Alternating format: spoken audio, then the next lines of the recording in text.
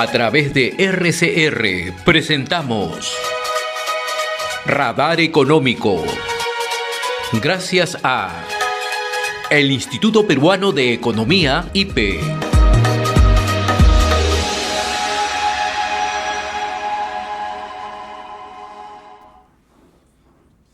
Bien, damos inicio a nuestra secuencia Radar Económico y como siempre darle la bienvenida a María Alejandra Ormeño, la jefa de Políticas Públicas del Instituto Peruano de Economía IPE. Qué gusto saludarte, María Alejandra, buen día, ¿cómo estás? Buenos días, gracias por la invitación. Bien, en los últimos años hablábamos en el Perú que la corrupción era el principal problema nacional. Sin embargo, hoy cambió la percepción de la población y considera que la inseguridad es el principal problema. ¿Por qué la población considera que la inseguridad es actualmente un problema mayor que la corrupción? Sí, hay un tema de que no solamente es el hecho de que los peruanos consideremos de que el problema más grave en el Perú sea la inseguridad ciudadana o tener esta percepción de que hay un aumento de la inseguridad ciudadana, sino que esto ya está corroborado con los datos, ¿no? Por ejemplo, hace un año, según la encuesta ¿Qué preocupa en el mundo?, 48% de los peruanos consideraban que el crimen era un problema. 48%. Ahora ese porcentaje es 66%. Y si lo comparamos con otros países de la región, Perú es el que tiene mayor porcentaje, es lo que más le preocupa a los peruanos. Y justo lo que tú mencionabas, ¿no? Antes no solamente era la corrupción, era la corrupción y el mal funcionamiento de la democracia. Por más de 8 años, ese fue lo que los peruanos consideramos era el problema más grave en el Perú. Actualmente ya es el crimen, es la inseguridad ciudadana. Pero como te decía, esto no viene corroborado, eso viene corroborado, más bien dicho, por los datos, ¿no? Entre 2019 y el año pasado, 2024, las extorsiones se han multiplicado por 6, las estafas se han multiplicado por 3 y los homicidios se han multiplicado por 2. Ahora, esto hasta el año pasado. En lo que viene de este año, nuevamente hemos llegado a cifras récords de inseguridad ciudadana. Entre enero y julio, por ejemplo, cada mes se tienen más de 2.200 denuncias por extorsión cada mes.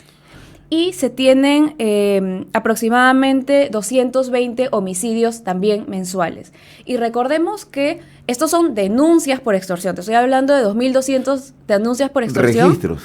Hay subregistros. Exacto. Se estima que más o menos solamente se denuncia 20%, ¿no? O menos. Entonces, no estamos hablando solamente de 2.200, estamos hablando de muchas más casos de extorsión. Ahora, esta percepción de la población del aumento de inseguridad es en el día a día, ¿no? Entonces, ¿cómo es que en el día a día el ciudadano percibe que estamos en un país inseguro? Hay varios efectos, pero un efecto de corto plazo va sobre todo a los pequeños empresarios, ¿no? Que sufren el día a día las extorsiones. Y son pequeños empresarios porque estamos hablando de bodegas, de restaurantes, ¿no? Esas personas que tal vez necesitan este dinero del día a día para hacer frente a el cobro de cupos, por ejemplo. Ahora, el otro tema, María Alejandra, el crecimiento de economías ilegales en el país. Primero, narcotráfico, minería ilegal, tala ilegal, contrabando. ¿Se puede considerar como un elemento resorte para el aumento de la inseguridad? Sí, definitivamente cuando nosotros revisamos los datos vemos que hay un vínculo bastante directo entre el aumento de criminalidad y el tema, por ejemplo, de la minería ilegal. Nosotros analizamos siempre a nivel distrital o a nivel regional cómo vienen avanzando estos indicadores de homicidios, de estafas, y vemos justo que son en estas regiones donde hay presencia de minería ilegal, donde hay mayor aumento de estos indicadores de criminalidad. Por ejemplo, justo la semana pasada revisábamos que en Patás, en La Libertad, en Atico, en Arequipa y en Ananea, justo donde está ubicada la Rinconada en Puno, claro. Estos son los distritos con mayor tasas de homicidio por 10.000 habitantes. Y esto es hasta 10 veces más que el promedio nacional. Entonces ahí hay un vínculo clarísimo, o sea, hay algo que está pasando ahí que no está pasando en las otras regiones, y justo son estas regiones y estos distritos los que concentran más del 50% de los reinfos vigentes, por ejemplo.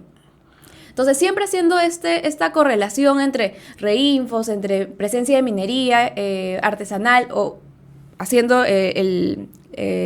la distinción ilegal, hay bastante correlación con estos indicadores de homicidios, ¿no? Y, por ejemplo, en el tema de denuncias por extorsión, una de cada 5 denuncias por extorsión en lo que va del año se concentra en la libertad. Y eso que la libertad solo tiene 6% de la población. Pero a pesar de eso, tiene el foco de denuncias por extorsión está ahí, ¿no? Y conocemos, ¿no?, que en la libertad y en particular en Patás hay todo este auge de minería ilegal. ¿Eso qué significa? Que en la medida que aumente la minería ilegal asociada al crimen organizado, vamos a tener definitivamente zonas donde se pueden dar en estos indicadores que son bastante preocupantes. O sea, la prevalencia de estos casos se puede replicar. Ahora estamos viendo, por ejemplo, en Huánuco hay una zona liberada que es Puerto Inca. Acabamos de ver lo que está pasando en la zona de frontera de Perú con Ecuador, en la zona del Alto Cenepa, en Condorcanqui, y podemos mencionar otras zonas. O sea, si es que no actuamos a tiempo, esto se descontrola. Sí, no son dos problemas aislados, ¿no? Son dos problemas bastante vinculados y la data nos muestra que donde hay más homicidios, donde hay más inseguridad, más extorsiones, son focos de minería ilegal. Estamos dialogando con María Alejandra Ormeño, la jefe de Políticas Públicas del Instituto Peruano de Economía, con un estudio más que interesante, sin lugar a dudas, de utilidad para todos los peruanos. Debemos consumir esta información por medida de prevención, porque si queremos tener un emprendimiento o por si queremos tener las condiciones de seguridad en las zonas donde uno vive. Entonces, ahora, María Alejandra, ¿cuánto nos cuesta la inseguridad en el país? Justo hace una semana el Ministerio de Economía publicó su marco macroeconómico multianual y dentro de ese marco ellos estiman el costo de la inseguridad ciudadana, ¿no? Lo estiman alrededor de 20.000 millones de soles. Ellos asumen dos costos, ¿no? Costos privados y costos públicos. Estos costos son, por ejemplo, para los privados, las cámaras de seguridad adicionales que tienen que poner, vigilancia, seguridad adicional en general, ¿no? Sin embargo, podría estar un poco subestimado por el hecho de que no incluyen, por ejemplo, la productividad que se pierde ante las extorsiones, ante los homicidios. Pero aún así, estos 20.000 millones, para ponerlo en contexto, es casi todo el presupuesto del Ministerio de Educación, por ejemplo. Y es más que el presupuesto del Ministerio del Interior. Y casi el doble del presupuesto del Ministerio de Desarrollo e Inclusión Social. Es astronómico. Entonces no estamos hablando de cifras bajas, no estamos hablando de montos que realmente impactan. Y también estos montos, para ponerlo un poco en contexto, también lo hemos comparado, por ejemplo, con los proyectos mineros. Y hemos visto que este monto de inseguridad ciudadana equivale al monto de inversión ejecutado para el desarrollo de Quellaveco y 3 veces la inversión que sumaría desarrollar Tía María, ¿no? Entonces, no estamos hablando nuevamente de montos pequeños, vemos que la inseguridad está afectando la economía en el país. Gravísimo, ciertamente la cifra que nos trae, pero con el profesionalismo que ustedes siempre lo hacen, ¿no? Ahora, ¿y cuánto estiman más o menos que son las cifras que se pierden? Si se tiene que hacer un cálculo más. Sí. Justo en el 2022, ya hace unos años, el BID lanzó una cifra de cuánto le costaría al Perú el tema de las economías ilegales y esto suma alrededor de 30.000 millones de soles.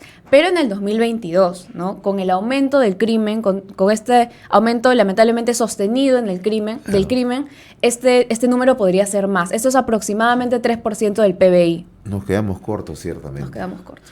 Ahora, ¿por qué hemos llegado a esta situación, María Alejandra?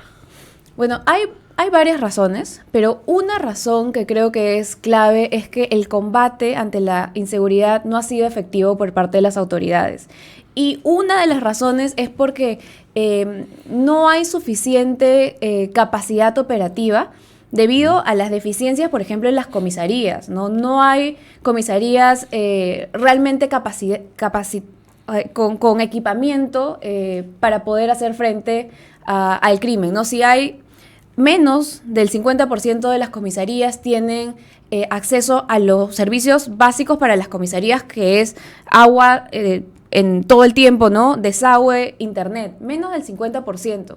Entonces ahí vemos que hay un tema de equipamiento que hay que resolver.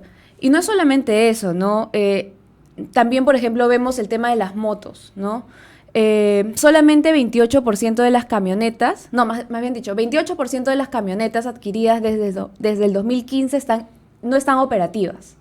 Y si nos vamos a ver ya por región, esto es a nivel nacional, pero por regiones, por ejemplo, en San Martín, 63% de las camionetas no están operativas, o en Cajamarca, más de la mitad no está operativa. Más de la mitad de las camionetas de la Policía Nacional en Cajamarca no están inoperativas. Inoperativas, sí, en San toda Martín. en toda la región. Sí. Sí. En Loreto y en Junín, perdón, lo acabo de ver bien. En Loreto y en Junín. En Loreto y en Junín, sí. Ya, en Loreto. En Loreto y en Junín, sí. Ya. Sigue siendo bastante Sí. preocupante, ¿no? No, claro, si solamente 3 de 10 camionetas están operativas, entonces ¿cómo se va a hacer frente a la criminalidad, no? Ahora, ¿cuáles son las recomendaciones que siempre suele hacer el IPE con todo el profesionalismo con el que trabajan ustedes? ¿Qué es lo que deberíamos hacer para encontrarle siquiera una situación de tranquilidad a la población? Bueno, primero consideramos que se debe promover este tema de modernización de la infraestructura, de mejor equipamiento a través de obras por impuestos, por ejemplo, o algún otro mecanismo que incluya al privado, como las APPs. Además, se debe fortalecer a la policía. Hay que hacer atractiva la carrera policial, ¿no? Porque necesitamos también más efectivos policiales en las calles y no haciendo tareas administrativas. Esas dos considero que son bastante importantes como para comenzar al menos a atacar estos problemas de inseguridad. En lo que concierne a administración de justicia, también hay que hacer un trabajo mucho más coordinado a nivel institucional. Sí, de todas maneras. Comenzando por juntar las bases de datos, ¿no? Crear este sistema intercomunicado de bases entre PNP, Ministerio Público, Poder Judicial, para poder hacer un seguimiento más específico y a tiempo real de los delincuentes, ¿no? O sea, se comete el crimen, entonces se puede hacer esta base conectada para saber por dónde está yendo, ¿no? Ahora, el tema presupuestal, que es un tema también básico, ¿no? Vital, ¿no? ¿Se otorga todo el presupuesto, tanto a Administración de Justicia, a la Policía, o estamos a la saga en comparación a otros países de la región? Lo que nosotros hemos visto es que a pesar de que todos los indicadores nos muestran que el crimen está subiendo, las denuncias están aumentando, el presupuesto que teníamos antes de la pandemia era mayor que el que tenemos ahora en el 2025, ¿no? Entonces, ajustándolo siempre por esta alza de precios, por la inflación. Entonces, también es cierto que la economía recién se está recuperando y que una vez que tengamos mayores ingresos gracias al crecimiento, se debería priorizar al Ministerio del Interior para poder atacar estos problemas, ¿no? Porque sin presupuesto no se va a poder tampoco solucionar el problema de la criminalidad. Quiero volver a un tema que me parece bastante sustancial, el tema de cómo podemos agilizar ahora la infraestructura a través del mecanismo de obras por impuesto. ¿Qué nos permitiría esto si logramos agilizar y que en distintas regiones o en distintas latitudes donde se presentan estos casos, las empresas puedan aplicar este tipo de mecanismos? Sí, es importante considerar de que tenemos una sobrepoblación, por ejemplo, en los penales de más del 100%, ¿no? Entonces, por ejemplo, estas asociaciones pública-privada o OXIS podrían acelerar el proceso de construcción de penales o de modernización de infraestructura para las comisarías, y esto definitivamente va a ayudar a que se agilice este proceso y mejorar el tema de seguridad, ¿no? Y en el tema de las comisarías también. O sea, te he mencionado la precariedad en la que se encuentran varias comisarías, y nuevamente estos mecanismos ayudan a agilizar un poco las compras y o sea, no se va a poder atacar la delincuencia si una comisaría no cuenta con lo básico como internet, ¿no? O el tema de infraestructuras. Hemos visto pisos, techos, ventanas de comisarías, y muy pocas están realmente en las condiciones aptas. Y requerimos más policías. Sí, además, ¿no? Además, requerimos más policías, y además tiene que haber un cambio en las tareas administrativas que realizan, ¿no? Lo que vemos en otros países es que en la policía las tareas administrativas no las hacen los policías, ¿no? Claro. En cambio acá sí. Por ejemplo, en el tráfico hay policías especializados en tráfico, policías especializados en tareas administrativas. Tal vez se podría cambiar un poco esto para que esos policías estén en la calle, ¿no? Atendiendo los temas de delincuencia. Muy bien, María Alejandra, nos ha dejado una serie de datos bastante interesantes, pero ojalá sean atendidos por el gobierno, por el Estado, porque estamos ante una situación muy, pero muy complicada. María Alejandra, yo te agradezco como siempre la amabilidad de compartir esta invitación. Gracias a ti. Estaba con nosotros María Alejandra Ormeño, jefa de Políticas Públicas del Instituto Peruano de Economía IPE, y nuestra secuencia Radar Económico. Hemos presentado Radar Económico. Gracias a el Instituto Peruano de Economía IPE.